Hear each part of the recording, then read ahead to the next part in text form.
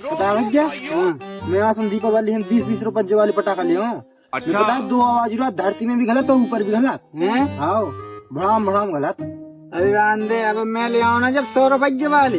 100 रुपये वाली? हाँ, तो देख ले, नीचे खाले और ऊपर खाले और रंगीन हुए पूरे गाँव देखे। ठीक है? हाँ, अच्छा, जाओ मैं पटाखा इन हुआ जो बैठे जाए जो हमारा दादा जब 6,000 रुपए दे देना ना, तो रश्मिन पटाखा ले आऊं, रात भर बजाऊं, पूरा आवाज गूंजे।